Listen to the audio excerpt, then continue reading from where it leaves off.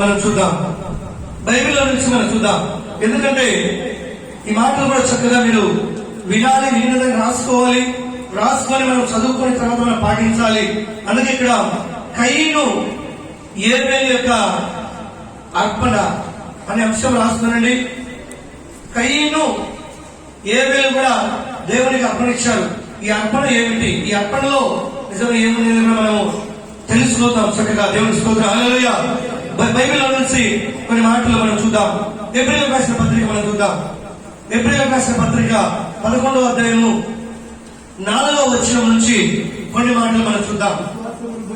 విశ్వాసమును బట్టి ఏబేలు కయీను కంటే శ్రేష్టమైన బలి దేవునికి అర్పించును. దేవునికి స్తోత్రం చేద్దాం ఒకసారి. హల్లెలూయా, హల్లెలూయా. ఇక్కడ నిజంగా కయీను కంటే కూడా ఏబేలు ఎలాంటి బలి అర్పించాడు? ఎలాంటి బలి? శ్రేష్టమైన బలి, మంచి బలి అర్పించాడు. ఇక్కడ నిజంగా మనం చూస్తున్నాం. ఎందుకంటే కయీను ఏబేలు కూడా మనం చూస్తే మరి అన్నదమ్ములుగా ఉంటున్నారు, ఆదాముకు పుట్టినటువంటి కుమారులుగా ఉంటున్నారు. దేవుని స్తోత్రం, హల్లెలూయా. అయితే అవ్వ ఆదాము ఏ క్రమశిక్షణ అయితే తన పిల్లలకు నేర్పించిందో ఆ క్రమశిక్షణ ప్రకారం వీళ్ళు దేవునికి బలులు అర్పించడానికి వచ్చారు. దేవుని స్తోత్రం. అర్పణ, హల్లెలూయా, అర్పణ కదా. ఇరుగురు కూడా అర్పణ తెచ్చారు. అయితే ఇరుగురు అన్నదమ్ములు అర్పణ తెచ్చారు. అయితే దేవుడు ఏ అర్పణను మెచ్చుకున్నాడు, ఏ అర్పణ దేవునికి ఇష్టమైంది మనం చూస్తున్నాం కదా. ఇక్కడ ఏబేలు యొక్క అర్పణ ఏమైంది? దేవునికి ఏమైంది? శ్రేష్టమైనది. ఎవరి విశ్వాసం బట్టి? ఏబేలు విశ్వాసం ఉంది. ఏబేలు నీతి మంత్రిగా ఉంటున్నాడు, విశ్వాసం ఉంది. అందుకే ఆ విశ్వాసముతో దేవుడు గొప్పవాడని నమ్మినటువంటి ఒక ఏబేలు ఎలాంటి అర్పణ తెచ్చాడంటే శ్రేష్టమైన అర్పణ తెచ్చాడు. దేవుని స్తోత్రం. దేవునికి ఇష్టమైన అర్పణ తెచ్చాడు. దేవుని స్తోత్రం, హల్లెలూయా. అర్పణలు మనము తెచ్చేటప్పుడు కదా, మనము అనుకున్నప్పుడు దేవుని చక్కగా ఇవ్వడం, చెల్లించాలి. దాని వలన మనకి ఏమొస్తుంది తెలుసా? శాపం వస్తుంది. కయీనుకి అదే వచ్చి, కయీనుకి ఏమొచ్చింది? దేవుని స్తోత్రం. తర్వాత చూద్దాం. అందుకే విశ్వాసమును బట్టి ఏబేలు కయీను కంటే శ్రేష్టమైన బలి దేవునికి అర్పించడు. దేవుడు అతని అర్పణలను గూర్చి సాక్ష్యం ఇచ్చినప్పుడు అతడు ఆ విశ్వాసమును బట్టి నీతిమంతుడని సాక్ష్యము పొందిన. చెప్పండి కూడా ఒకసారి. హల్లెలూయా, హల్లెలూయా. ఎందుకంటే ఇరుకులు కూడా తెచ్చాడు. ఇక్కడ కయీనేమో తన పొట్టలోటి ధాన్యం తెచ్చాడు. ఏబేలేమో తన యొక్క తొలిసూటు గొర్రెపిల్లను దేవుడికి తెచ్చాడు. అయితే ఈ యొక్క అర్పణలో దాగి ఉన్నటువంటి సత్యము, అర్పణలో దాగి ఉన్నటువంటి ప్రత్యక్షతను మనం ఈరోజు చూడబోతున్నాం. దేవునికి మహిమ కలుగును గాక, హల్లెలూయా. ఎందుకంటే ఈ వాక్యము చాలా మంది బోధిస్తూ ఉంటారు, చాలా మంది చెప్తా ఉంటారు. ఇక్కడ నిజంగా దేవునికి ఇష్టకరమైనటువంటి అర్పణ ఎవరు అర్పించారు? ఎవరు అర్పించారు? అందరూ చెప్పాలి. ఎవరికి ఎందుకు చూడద్దు, నిద్రపోకూడదు. ఏబేలు అర్పించాడు. ఆ అర్పణ దేవుడికి ఏమైంది? శ్రేష్టమైంది, సార్, ఇష్టమైంది. కానీ మన జీవితాలలో మనందరం క్రైస్తవ బిడ్డలుగా దేవుని వాక్యం వింటున్నటువంటి నీవు, నేను కూడా నీ యొక్క అర్పణ, నీ యొక్క సమర్పణ దేవునికి అర్పించేటప్పుడు నువ్వు ఎలాగా తీర్మానం కలగాలని కూడా ఈ మాటలు నిన్ను బోధిస్తాయి, ఈ మాటలు నేర్పిస్తాయి. ఎందుకంటే అందుకే ఇక్కడ అంటాడు చూడండి. ఆదికాండంలో మనం చూద్దాం. ఆదికాండము 4వ అధ్యాయము 4వ వచనం మనం చూద్దాం. ఏబేలు కూడా ఆయన మందలో తన మందలో తొలుచూరును పుట్టిన వాటిలో క్రొవ్విన వాటిని కొన్ని తెచ్చాను. యెహోవా ఏబేలును తన అర్పణను లక్ష్య పెట్టను. దేవునికి స్తోత్రం చెల్లిద్దాం, హల్లెలూయా. దేవునికి ఏబేలు నీతిమంతుడుగా ఉన్నాడు. విశ్వాసమును బట్టి ఎలాంటిదని తెచ్చాడంట? దేవునికి తొలిసూలు, అంటే మొట్టమొదటిగా. దేవునికి స్తోత్రం. మొట్టమొదటిగా పుట్టిన వాటిలో శ్రేష్టమైంది, ప్రథమమైంది దేవుడికి ఇచ్చాడు. మనం ఏం చేస్తాం? కొన్ని మనకు ఉన్నాం అనుకోండి, అది అమ్ముకొని 4 ఇంతలు తీసి చేస్తాం, దేవుడికి ఇవ్వం. ఒక చోటిగా దాని వలన మనకి ఏమొస్తుంది తెలుసా? శాపం వస్తుంది. మొట్టమొదటిగా పుట్టింది దేవునికి అర్పించాలి, దేవునికి ఇవ్వాలి, దేవుని సన్నిధికి తేవాలి. దేవుని స్తోత్రం. దేవుని సన్నిధిలో సాక్ష్యం చెప్పి ఇవ్వాలి.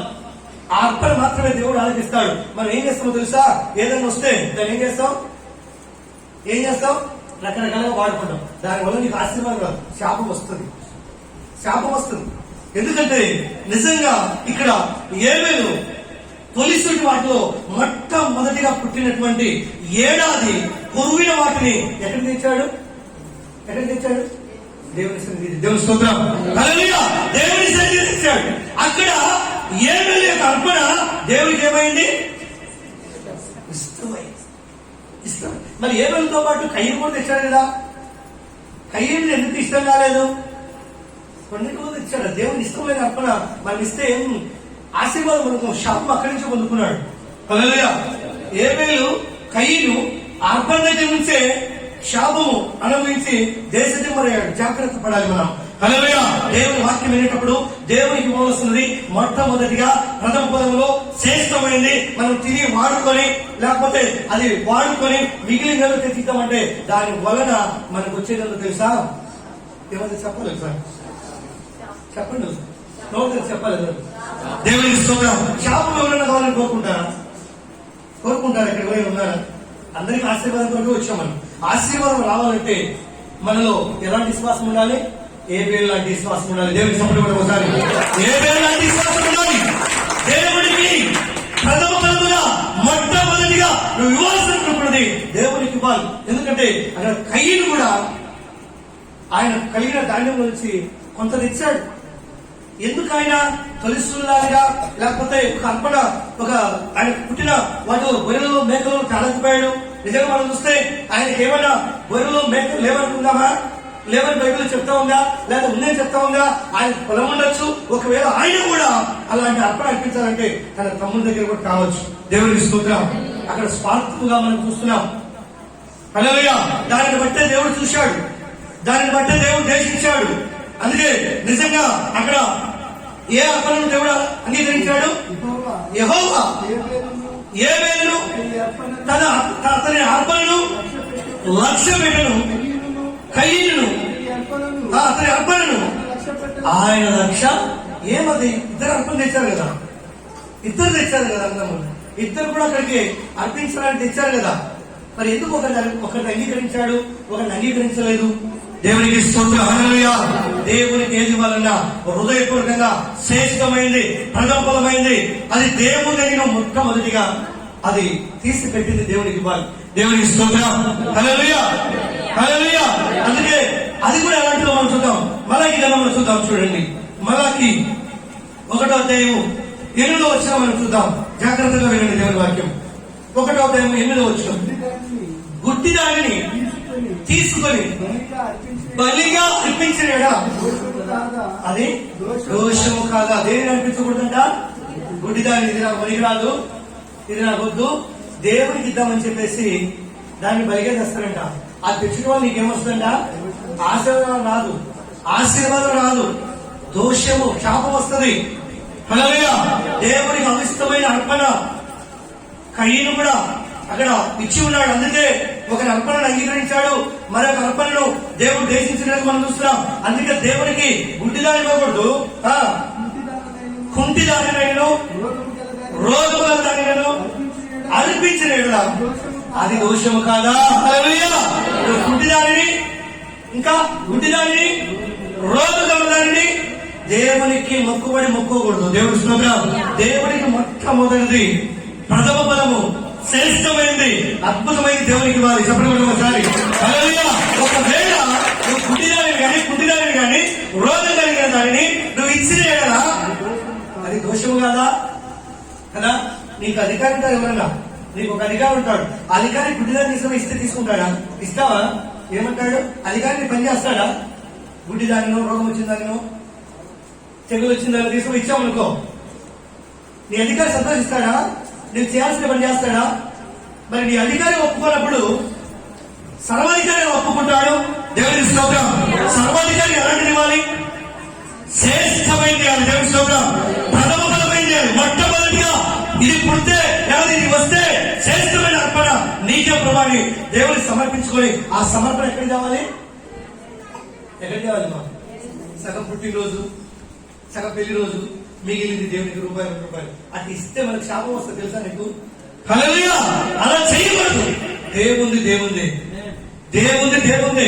ఆ దేవుని కూడా ఎలా ఉండాలంటే శ్రేష్టంగా ఉండాలి, ఆశీర్వాదకరంగా ఉండాలి, దీవెనకరంగా ఉండాలి. నువ్వు చేస్తే ప్రతి పనిలో కూడా. అందుకే ఇక్కడ అట్టి వాటిని, అది బైబిల్లో చక్కగా రాయబడ్డాయి. అట్టి వాటిని నీ అధికారికి నువ్వు ఇచ్చేయడా? ఆయన నీ దయ చూపుతాడా? అది అంగీకరిస్తాడా? నిన్ను ప్రేమిస్తాడా?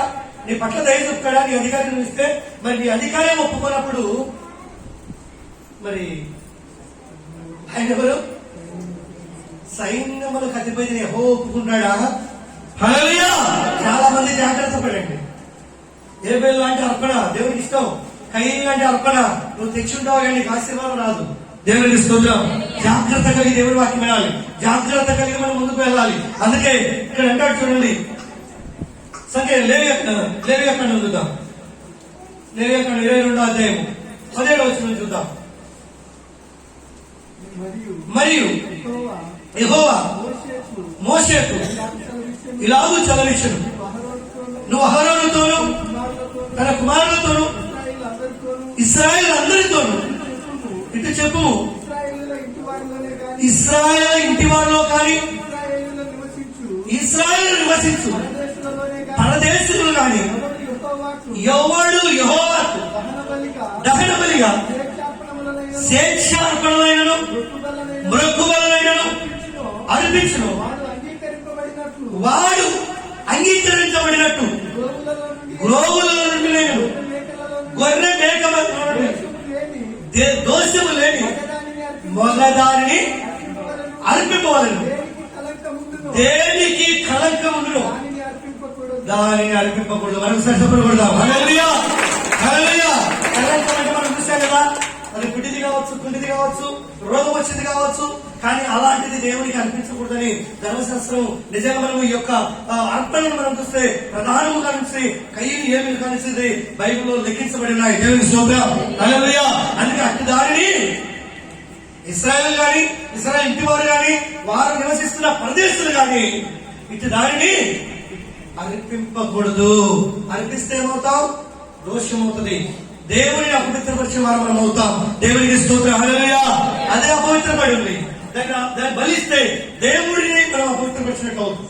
అందుకే దేవుడు సర్వజ్ఞుడు గనక, దేవుడు పరిశుద్ధుడు గనక పరిశుద్ధమైన దానిని కదా ఏమి లేదు దానిని కలంకము లేని దానిని మనం బలి ఇవ్వాలి, అర్పణ ఇవ్వాలి. హల్లెలూయా.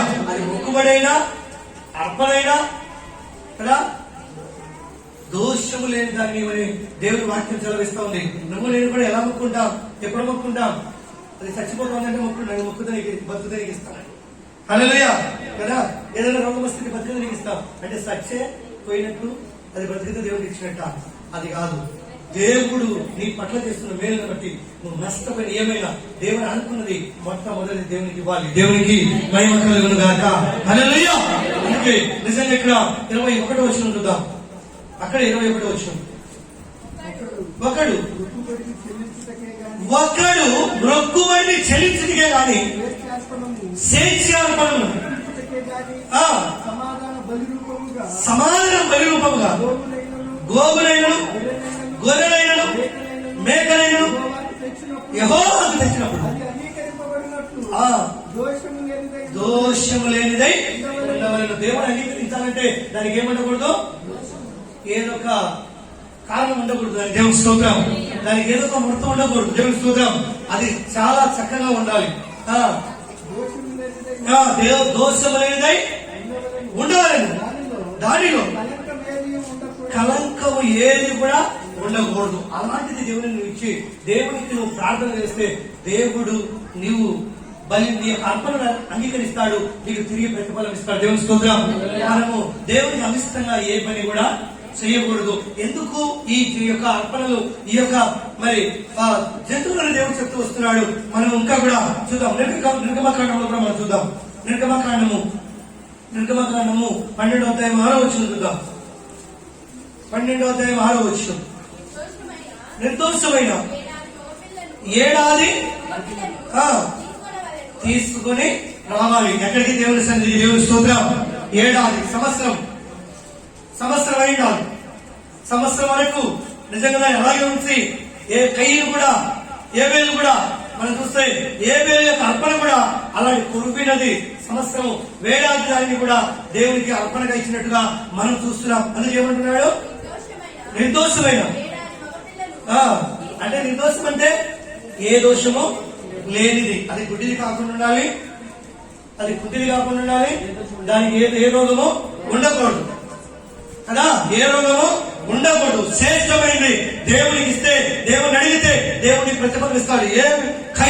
ఏబేలు కూడా ఇలాంటి అర్పణే దేవుడు నడిపించాడు. దేవుని స్తోత్రం. హల్లెలూయా. ఏబేలు ఇచ్చినటువంటి అర్పణే ధర్మశాస్త్రం అంతా కూడా పాటిస్తూ వచ్చారు. దేవుని స్తోత్రం. దాంట్లో ఇవ్వాలంటే ఏ ముడత కూడా దానికి ఏ కలంకము ఉండకూడదు. అందుకే అన్నాడు కదా, హృదయ శుద్ధిగా ఉంటుంది దేవుడు చూస్తాం. మన హృదయ శుద్ధిగా ఉంటే దేవుడు చూస్తాం. అది కూడా మనం ఇచ్చే అర్పణ కూడా ఎలా ఉండాలి? శుద్ధమైనది, పరిశుద్ధమైనది, మంచిదై ఉండాలి. ఏ దోషము లేనిదై ఉండాలి. దేవుని స్తోత్రం. అందుకే ఏ దోషము లేనిదై ఉండాలి, ఏ దోషం ఉండకూడదు. అదే దేవునికి ఇష్టం.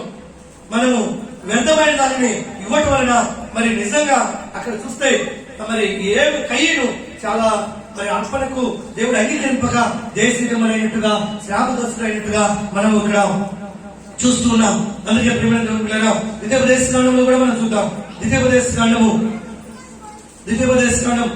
15వ అధ్యాయము 21వ వచనం చూద్దాం.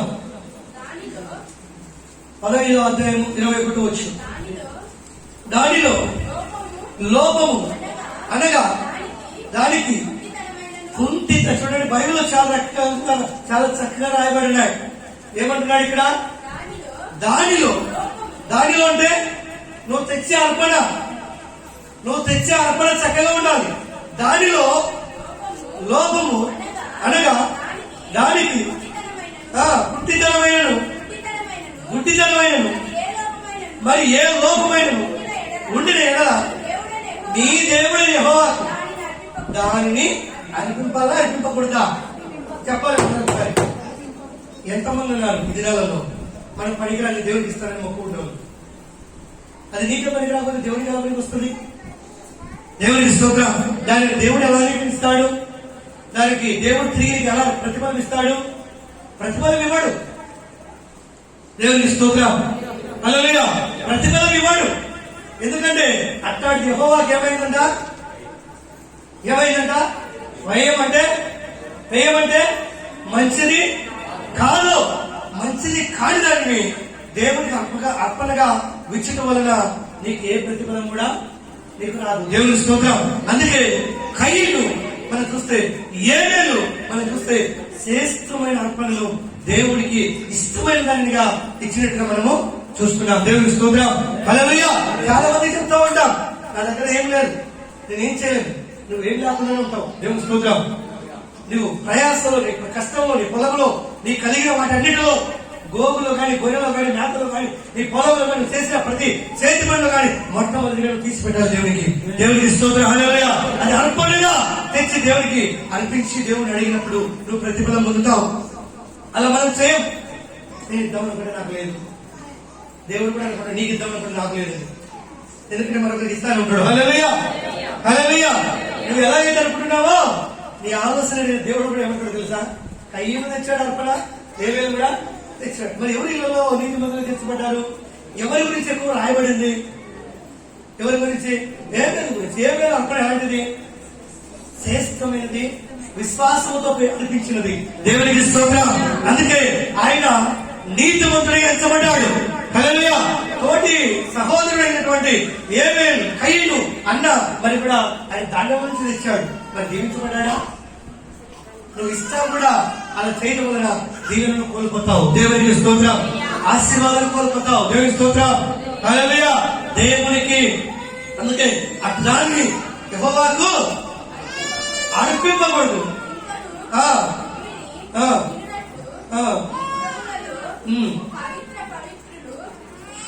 చాలు. ఈ మాటలు మనం చూస్తే ప్రేమ దేవుని దగ్గర దేవుడు సర్వశక్తిమంతుడని, దేవుడు గొప్పవాడని, దేవుడికి ఇచ్చే అర్పణ కాకుండా ఉంటే శ్రేష్టమైనదని ఇక్కడ మరి హేబేలు గారి గురించి బైబిల్లో రాయబడింది. అదే లేవికాండం చూద్దాం. మనం 17వ అధ్యాయం 11వ వచనం చూద్దాం.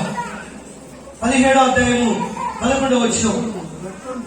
రక్తము దేహములకు ప్రాణము. ఒకసారి చెప్పబడతాము. హల్లెలూయా.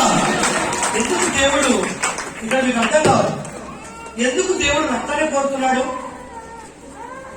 రక్తంలో ఏముంది చెప్పాలి అందరూ. అమ్మా, రక్తంలో ఏముంది? ప్రాణం ఉంది. దానిని ఎందుకు కోరుతున్నాడు దేవుడు? దానినే దేవుడు ఎందుకు కోరుతున్నాడు? ఇక్కడే వచ్చింది సమీక్ష. ఎందుకంటే దేవునికి ప్రాణం ఉంది, లేకపోతే రక్తంలో ప్రాణం ఉంది. ఈ రక్తము ప్రతి పాపమును కడగాలని దేవుని యొక్క ఉద్దేశమైంది. అయితే దాన్ని అంగీకరించినటువంటి, అది తెలుసుకున్నటువంటి మా పిల్లలు బయటికి తీసుకో. దేవుని స్తోత్రం. హల్లెలూయా. మా పిల్లడు ఎవరు? దేవుని స్తోత్రం. హల్లెలూయా.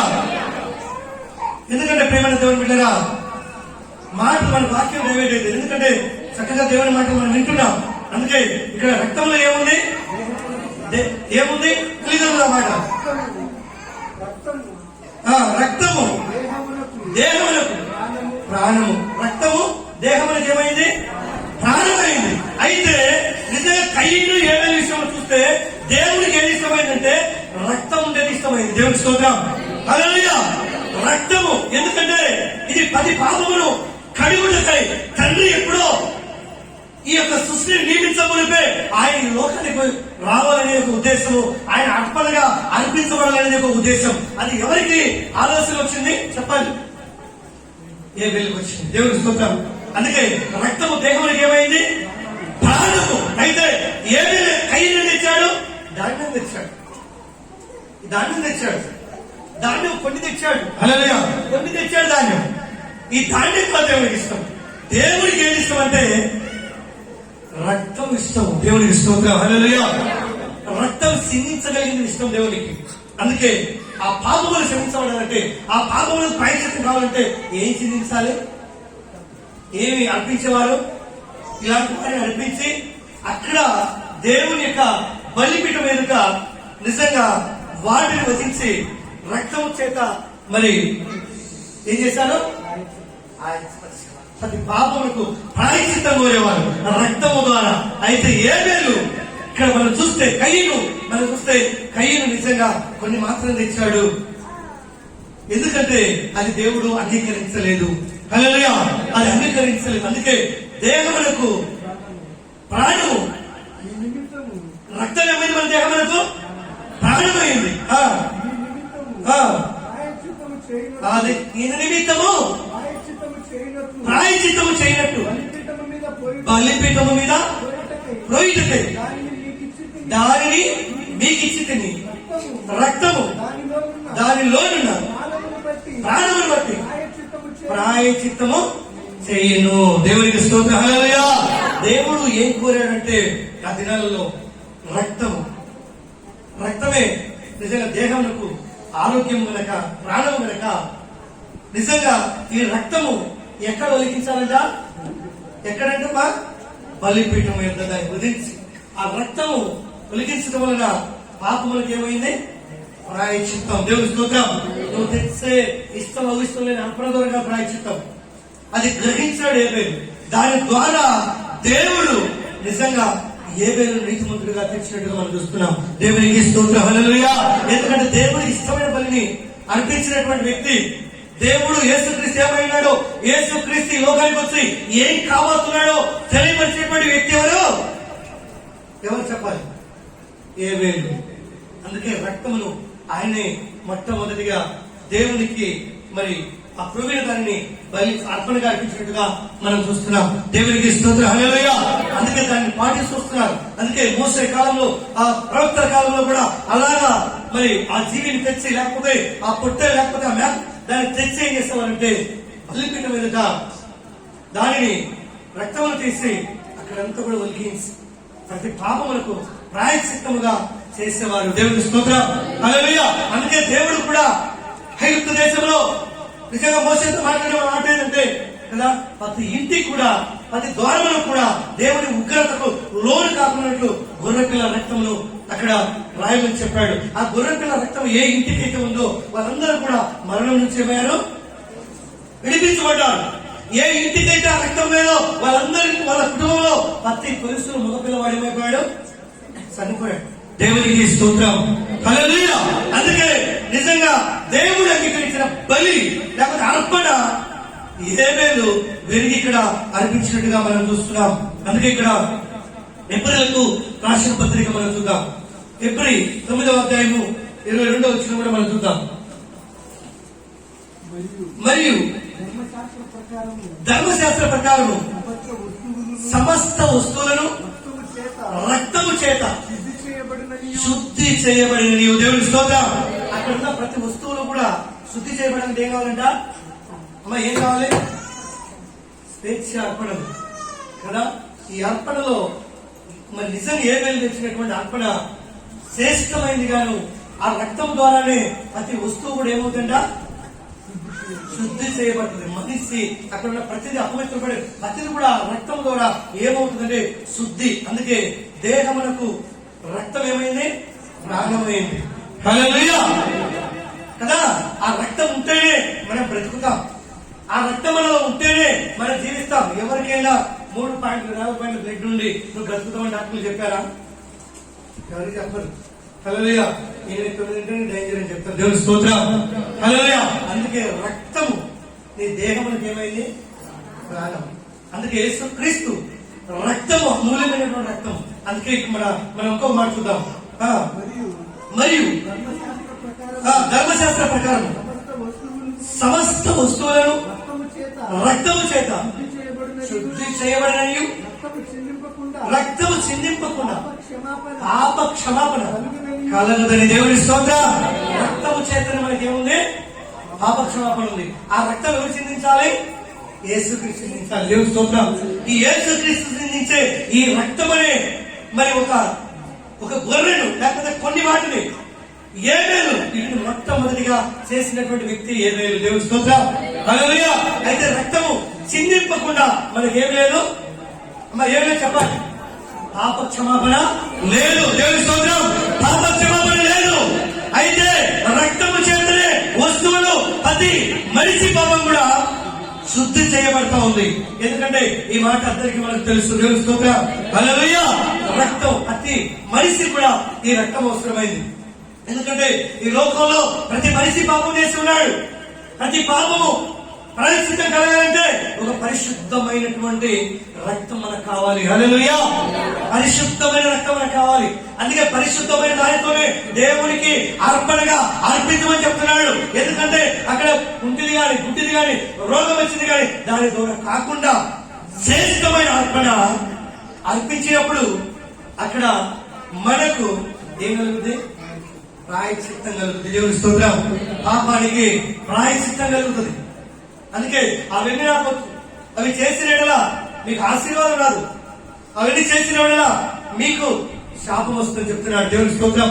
ఆ బలిని దేవుడు అంగీకరింపడు, అర్పణను దేవుడు అంగీకరింపడు. అందుకే ఇక్కడ మాటలు నిజంగా ప్రతి ఒక మరి పాపానికి ఏదంట ప్రాయశ్చిత్తాన్ని, పాప క్షమాపణకు రక్తము చిందింపకుండా పాప క్షమాపణ కలుగునని సామాన్యంగా మనందరం కూడా అనుకుంటున్నాం. సామాన్యంగా హల్లెలూయా.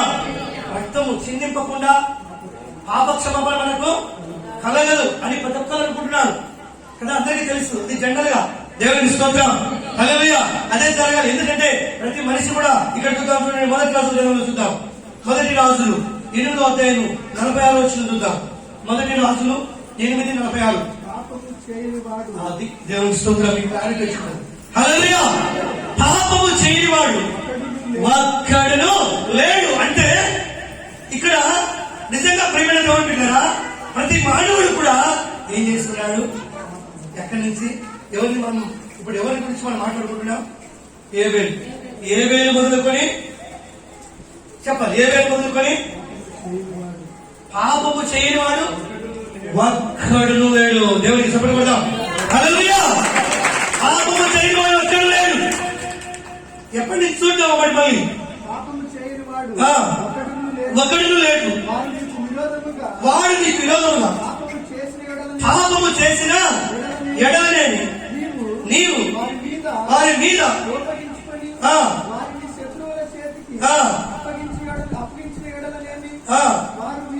వారు వీరిని దగ్గరైనట్టు కానీ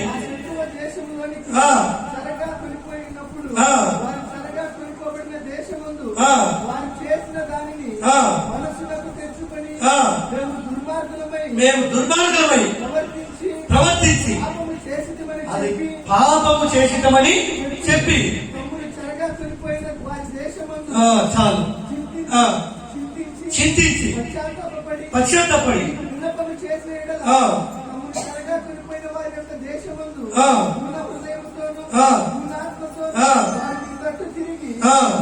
చాలు. ఈ మాటలన్నీ చూస్తే నిజంగా ఈ పాపం చేస్తారు కానీ పాపానికి ఇక్కడ ప్రాయశ్చిత్తం కోరలేకపోయారు. నిజంగా వాళ్ళు ఏమయ్యారంటే శపించబడ్డారు, వాళ్ళు శరపట్టబడిపోయారు. ఇక్కడ కయీను యొక్క విషయం కూడా అదే. ఏబేలు కయీను ఇద్దరు అర్పణలు ఇచ్చారు. శ్రేష్టమైన అర్పణను దేవుడు అంగీకరించాడు. ఔచేష్టమైన అర్పణ వల్ల కయీను మనం చూస్తే దేశమరై శరపట్టబడ్డాడు. దేవుడు స్తోత్రం. ఆయన దేశమరై శపించబడ్డాడు. ఎందుకంటే ఇద్దరు అర్పణ తెచ్చినప్పటికీ, ఇద్దరు అర్పణ అర్పించినప్పటికీ ఆయన సరైనటువంటి అర్పణ ఇవ్వలేదు. అందుకే ఇక్కడ నిజంగా ఏబేలు మొదలుకొని మరి చివరి వరకు మనం చూస్తే ప్రతి ఒక్కరు కూడా ఏం చేశారు? పాపం చేస్తారు. అందుకే ఈ యొక్క మరి గొర్రెలు లేకపోతే మేకలు, పొట్టెలు వీటి వారు కూడా రక్తములకు ప్రాయశ్చిత్తం లేదు కనుక అందుకే ఈ లోకానికి ఎవరు అవ్వాలనుకున్నారు? ఎవరు రక్తం అవసరమైంది? ఎందుకంటే అది కట్టాడు కయీను. ఏబేలు మొదలుకొని కూడా పాపం చేశారు. ప్రవక్తలందరూ కూడా పాపం చేశారు. దేవునికి స్తోత్రం. అందుకే వారి రక్తంలో మరి వీటి రక్తం వలన మన ప్రాయశ్చిత్తం కాదు కనుకనే ఈ లోకంలోనికి ఎవరు రావాలనుకున్నారంటే యేసుక్రీస్తు రావాలనుకున్నటువంటి మాట ఇది సత్యమైనది బైబిల్లో. అందుకే ఆ మాట మనం చూద్దాం. చూడండి, ఇక్కడ ఆదికాండం మనం చూద్దాం. ఆదికాండము 15వ అధ్యాయం చూద్దాం. ఆదికాండము 3వ అధ్యాయము 15వ వచనం. ఆదికాండం 3వ అధ్యాయం 15వ వచనం. మరియు జాగ్రత్తగా మరియు నీకును స్త్రీకిని నీ సంతానం ఆమె సంతానం వైరము కలుగజేసేదని అది నిన్ను తల మీద కొట్టును, నీవు దానిని మేడ మీద కొట్టును అని చెప్పాను కదా. ఇక్కడ ఏమంటున్నాడు? ఎవరెవరితో మాట్లాడుతున్నాడు? ఆయన అంటే ఎవరు? చూడండి, అక్కడ ఫుట్నోట్లు చూడండి. ఫుట్నోట్లు ఏమంది? అది అంటే ఆయన. ఎవరు ఆయన? ఎవరు ఆయన? అది అంటే ఎవరు? పుట్టినట్లు ఎవరు? ఆయన. ఆయన అంటే ఎవరు? యేసుక్రీస్తు. దేవుని స్తోత్రం. యేసుక్రీస్తు నిజంగా సర్పముతో చెప్తున్నాడు. ఏమని చెప్తున్నాడు? 15వ వచనంలో మరియు నీకును స్త్రీకిని అంటే పాముతో చెప్తున్నాడు.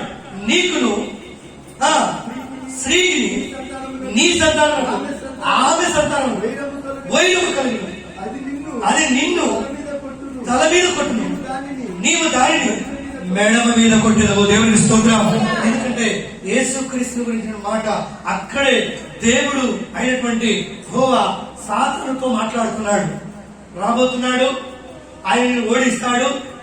నిజంగా ఆయన నీ తల మీద కొడతాడు. హల్లెలూయా అనే మాట ఎవరైనా పుట్టాడంటే నీ సంతానములకు స్త్రీ సంతానం. నీ సంతానం అంటే ఎవరు? సర్పం. సర్పం అనగా సాతాను సంతానం. నీ సంతానం అన్నాడు సాతాను. స్త్రీ అంటే ఎవరు?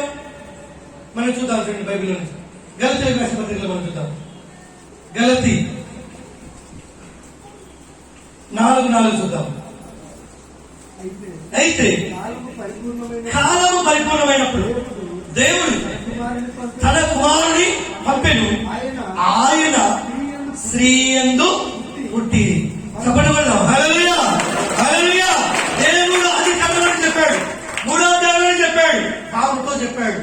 సాతాను గట్సర్పంతో చెప్పాడు, నీ సంతానమునకును స్త్రీ సంతానం. దేవుని స్తోత్రం. ఆ స్త్రీకి పుట్టినటువంటి ఆయన ఎవరు? యేసుక్రీస్తు. ఆయన స్త్రీ ఎందుకు పుట్టి మనము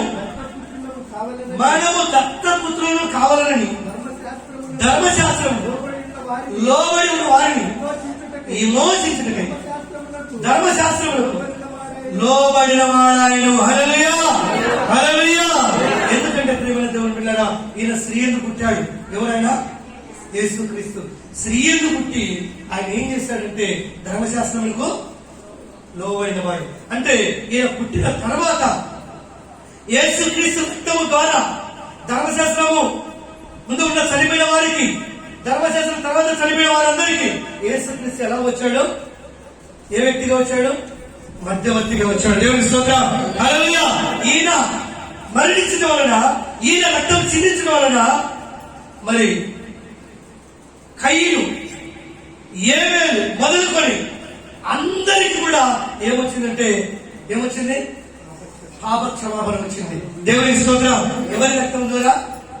యేసుక్రీస్తు రక్తము ద్వారా. హల్లెలూయా. యేసుక్రీస్తు రక్తము ద్వారా ధర్మశాస్త్రం ముందు వారికి, ధర్మశాస్త్రం తర్వాత వారికి కూడా యేసుక్రీస్తు మరణం ద్వారా ఏమొచ్చింది? ఆయన రక్తం ద్వారా ఏమొచ్చింది? విడుదల వచ్చింది. దేవుని స్తోత్రం. హల్లెలూయా.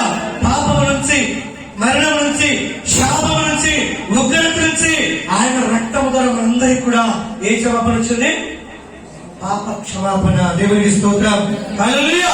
ఆయన ఎవరెందుకు పుట్టాడంట? స్త్రీ ఎందుకు పుట్టాడు? స్త్రీ ఎందుకు పుట్టి? అందుకే ఈ మాటలు మనం చూస్తే ప్రియమైన దేవుని పిల్లగా, దేవుడు సర్వశక్తిమంతుడైనాడు, దేవుడు గొప్పవాడైనాడు. నిజంగా దినాల్లో మనం చూస్తే దేవుడు మరి ఈ యొక్క విధానాన్ని బట్టి మనము ఇక్కడ ఏప్రిల్ రాష్ట్ర పత్రికలో మనం చూద్దాం. చూడండి, ఏప్రిల్ 12:24 చూద్దాం. 12వ అధ్యాయము 24 వచ్చిన చూద్దాం. కొత్త నిబంధనకు అది ఏమైనాడు యేసుక్రీస్తు? అది. హల్లెలూయా. దేవుని స్తోత్రం. ఆయన ఎవరితో మాట్లాడాడు? నీ సంతానము స్త్రీ సంతానం అన్నాడు. నిజంగా ఆయన స్త్రీ అని జన్మించాడు. దేవుని స్తోత్రం. ఆయన స్త్రీ అని జన్మించాడు. అందుకే ఎందుకు జన్మించాడు? ఆయన ఏమంటున్నాడు? కొత్త నిబంధనకు మధ్యవర్తి అయిన యేసునకు ఏ వేలు కంటే మరి శ్రేష్ఠముగా ప్రోక్షణ రక్తమునకు మీరు వచ్చి ఉన్నారు. చెప్పబడి మరొకసారి హల్లెలూయా, హల్లెలూయా. ఏ వేలు రక్తం అంటే కూడా, రక్తానికంటే కూడా మరి శ్రేష్టమైన రక్తం ఎవరిది కదా? అంటే ఇక్కడ ఏ వేలు ఎందుకు చేస్తుంది చూపిస్తున్నాడు? ఇక్కడ మరి పౌలు గారు ఎందుకు చూపిస్తున్నారు? ఏ వేలు రక్తం అంటే రక్తానికంటే కూడా శ్రేష్టమైనది ఎవరి రక్తము? యేసుక్రీస్తు రక్తం. అంటే ఏ వేలు కూడా మనం చూస్తాం. వారందరూ కూడా ఏ వేలు మొదలు ప్రవక్తలందరూ కూడా ఏం చేసేవారు? రాజులను కూడా చూసాం, పాపం చేస్తారు. హల్లెలూయా. పాపానికి ప్రాయశ్చిత్తం కావాలంటే ఏ రక్తం కావాలి? పరిశుద్ధమైన రక్తం కావాలి. ఆ పరిశుద్ధమైన రక్తం ఎవరి ద్వారా? ఎవరి రక్తం కావాలి? యేసుక్రీస్తు అనే రక్తం కావాలి. దేవునికి స్తోత్రం. హల్లెలూయా. ఆయన ఏమైనాడు? కొత్త నిబంధనకు మధ్యవర్తి. అంటే కొత్త నిబంధన ముందేముంది? పాత నిబంధన ఉంది. పాత నిబంధనలు ఉన్న వారికి, కొత్త నిబంధనలు ఉన్న వారందరికీ కూడా మధ్యవర్తిగా ఆయన మాత్రమే ఏమయ్యాడు? శ్రేష్టమైన ప్రోక్షణ రక్తమునకు మీరు మనందరం కూడా యేసుక్రీస్తు రక్తంతో ఈరోజు కడగబడుతున్నాం. ఆ రోజు ప్రతి పాపము మరి జంతువులతో కడగబడితే, ఈ రోజు మనందరి పాపములు ఒక శ్రేష్టమైన అమూల్యమైన రక్తము ఎవరిది? యేసుక్రీస్తు. హల్లెలూయా. ఆ రక్తం అదే సత్యం. దేవుని వాక్యము మనం చాలా చక్కగా మనం తెలుసుకున్న వారంగా మనం ఉండాలి. ఎందుకంటే ఆ దినాలలో ఏబేలు అర్పించినటువంటి కయీను, ఏబేలు అర్పించినటువంటి అర్పణ కూడా జంతువులు. ఎందుకంటే ఆ చర్మపు చొక్కాలే దేవుడు వారిని అపవాది మోసగించినప్పుడు వారికి ఇక్కడ ఆదికాండం అదే 3వ అధ్యాయం చూద్దాం. చూడండి, 3:21 చూద్దాం. దేవుడే యెహోవా ఆదామునకు అది ఏ చొక్కాలంట? ప్రతిది బైబిల్లో రాయబడింది. చాలా మంది మనం అంటూ ఉంటాం, అమ్మ చచ్చిపోతే ఎన్ని తీసేయాలా తెలుసు. దేవుని స్తోత్రం తర్వాత చెప్తాను. హల్లెలూయా కదా. నిజంగా మన జీవితంలో దేవుడు ఏమి ఇచ్చాడంటే వస్త్రాన్ని ఇచ్చాడు, మన బొల్లు చెరిగిన దాచుకోవడానికి. మిగతా అన్ని దేవుడు ఇవ్వలేదు. ఒకరు 7 పెడతారు, 3 7 పెడతారు, 7 పెడతారు, కొందరు ఎక్కడ పెడతారు. హల్లెలూయా కదా. దేవుడు ఏమి ఇచ్చాడంటే జాగ్రత్తగా నేను వాక్యం, దేవుడైన యెహోవా ఆదామునకు అతని భార్యకు చర్మపు చొక్కాయిలను చేయించంటే అప్పుడు అప్పలు ఇచ్చారు కదా ఎవరు? ఏబేలు. ఆ జంతువు, ఆ పొట్టేలు, ఆ గుణం యొక్క చర్మములే చొక్కాలుగా దేవుడు ఏం చేశాడు? తయారు చేయించి వారికి తొడిగించి మరోసారి చప్పటపట్టాడు. హల్లెలూయా. దేవుడే స్టార్టింగ్ లో చర్మపు ఏంటి అంటే చొక్కాలా లేదా ఏమంటున్నాడు ఇక్కడ? చర్మపు. మరి ఈరోజు పుట్టించుకుంటే చొక్కా అంటాం. ఎవరు పెట్టారు చొక్కా పేరు? ఎవరు పెట్టారు? మన అబ్బ పెట్టాడా? మన నాన్న పెట్టాడా? ముదబ్బ పెట్టాడా? జీవం కలిగిన దేవుడు పెట్టాడు, గుర్తు పెట్టుకోండి. హల్లెలూయా. దేవుడు ఇచ్చింది ఏంటంటే ఆహారమును, మనకు వస్త్రాన్ని ఇచ్చాడు. మనం ఏం చేస్తామంటే అలంకరణ, లోక అలంకరణకు బలిపోతున్నాం. చాలా టాపిక్ కాదు అది. దేవుడికి స్తోత్రం. చాలా మందిని కూడా అటువైపు చూస్తున్నాం కానీ దేవుని వైపు చూడలేదు. దేవుడు నిజంగా ఆ చర్మపు వాటితోనే వారికి ఏం చేశారంటే చర్మపు చొక్కాయలు తొడిగించను. అప్పుడు దేవుడైన యెహోవా ఇదిగో మంచి చెడ్డలను ఎరుగునట్లు ఆదాము చాలు. ఈ మాటలన్నింటిలో కూడా మనం చూస్తే ప్రేమ మన గురించి ప్రతిదీ కూడా బైబిల్లో రాయబడి చర్మపు చొక్కాయి ఆయన ఎప్పుడే తయారు చేసి ఆదాముకు కొడినట్టుగా మనం చూస్తున్నాం. అయితే నిజంగా మనం శ్రేష్టమైన ఏబేలు యొక్క మరి అప్పటి శ్రేష్ఠ బలి కంటే కూడా యేసుక్రీస్తు రక్తం ఏమైనది? ఇంకా మరి శ్రేష్టమైనది దేవుని వాక్యము చదివిస్తా ఉంది. అందుకే మనందరం కూడా ఆ రక్తం కిందకి ఇప్పుడు మనం వచ్చి ఉన్నాం. వచ్చిన మనం ఏం చేయాలి? లోకం వైపు చూడకూడదు. మానవలసి పొందాలి, పాపక్షమాపణ పొందాలి, బాప్తిసం తీసుకోవాలి. దేవుని స్తోత్రం. చివరి మాట చూస్తాం. అపోస్తల కార్యములు 10వ అధ్యాయము 43 వచ్చిన మనం చూద్దాం. 10:43 అపోస్తల కార్యములు. మళ్ళీ ఆయన యందు విశ్వాసం ఉంచువాడు ఎవడో వాడు ఆయన నామము మూలముగా పాప క్షమాపణ పొందుడని ప్రవక్తలందరూ ఆయనను గురించి సాక్ష్యం ఇచ్చుచున్నారు. హల్లెలూయా. ఎక్కడి నుంచి? కొత్త నిబంధన నుంచి పాత నిబంధన వరకు ఉన్న ప్రవక్తలందరూ కూడా ఎవరి గురించి సాక్ష్యం ఇస్తున్నారు? ఒక దేవుడు. ఆయన ఎవరు? ప్రభువైనటువంటి యేసుక్రీస్తు. దేవుని స్తోత్రం. ఇప్పుడు ఏబేలు అర్పించిన బలి అర్పణ ఎవరికి చూసినగా ఉంది? అమ్మా ఎవరికి చూసినగా ఉంది? యేసుక్రీస్తు. చక్కగా చెప్పాలి, తలకాయ లోపకూడదు. ఎవరికి అర్పణగా ఉంది? ఎవరికి చూసినగా ఉంది? యేసుక్రీస్తుకు చూసినగా ఉంది. దేవుని స్తోత్రం. హల్లెలూయా. ఏబేలు అర్పించినటువంటి అర్పణ యేసుక్రీస్తుకు చూసినగా ఉంది. అందుకే నిజంగా ఏమంటున్నాడు ఇక్కడ? మళ్ళీ 43 వచ్చిన ఆయన యందు జాగ్రత్తగా వినండి. ఆయన విశ్వాసం ఉంచిన ఎవడు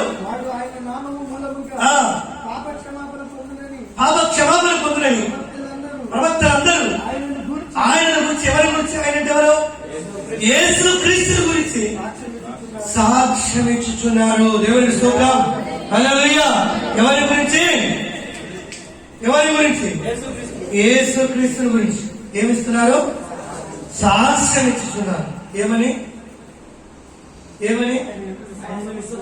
అది హల్లెలూయా. పాపక్షమాపణ పొందాలి. మనం విశ్వసించాలి, నమ్మాలి, మారుమనసు పొందాలి. పాపక్షమాపణ నిమిత్తము బాప్తిసము తీసుకోవాలి. హల్లెలూయా.